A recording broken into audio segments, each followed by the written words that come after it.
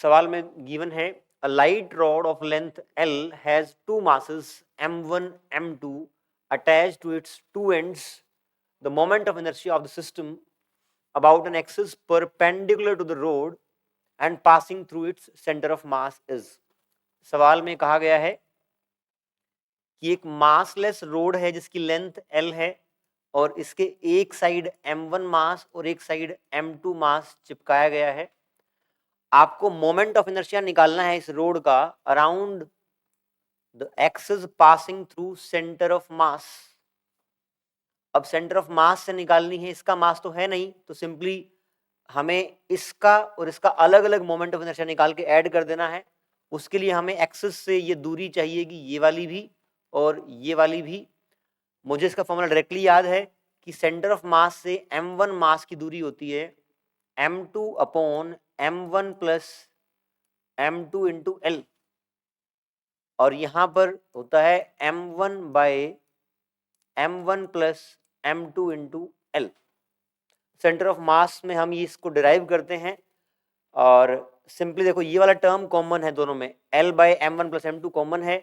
जब आपको दूरी निकालनी हो m1 से तो आप m2 लिख दें, और जब m2 से निकालनी हो तो आप m1 लिख दें। इस तरीके से आप कर सकते हैं। अब मोमेंट ऑफ इनर्शिया इसका निकालना है तो आप सिंपली लिखेंगे mr square, m moment of inertia m1 r1 square, इसका स्क्वायर आएगा तो ये आपका m2 का square l square m1 plus m2 का होल स्क्वायर। इसमें ऐड करेंगे इसका मोमेंट ऑफ इनर्शिया, मास कितना है m2, डिस्टेंस कितना है ये रहा, इसका स्क्वायर करेंगे m1 square l square m1 plus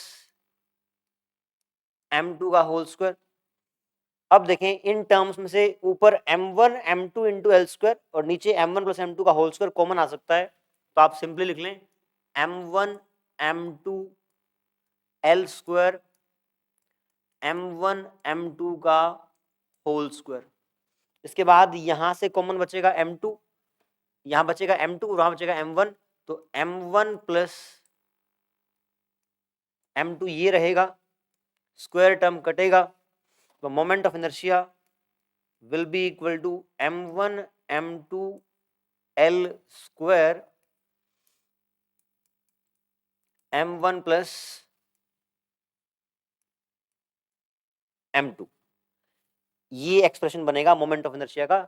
इस केस में हमने नई बात क्या सीखी कि सेंटर ऑफ मास से दूरी निकालने के ये फॉर्मूले आपको डायरेक्टली याद होने चाहिए, तो आप इस सवाल को बड़ी आसानी से कर सकते हैं।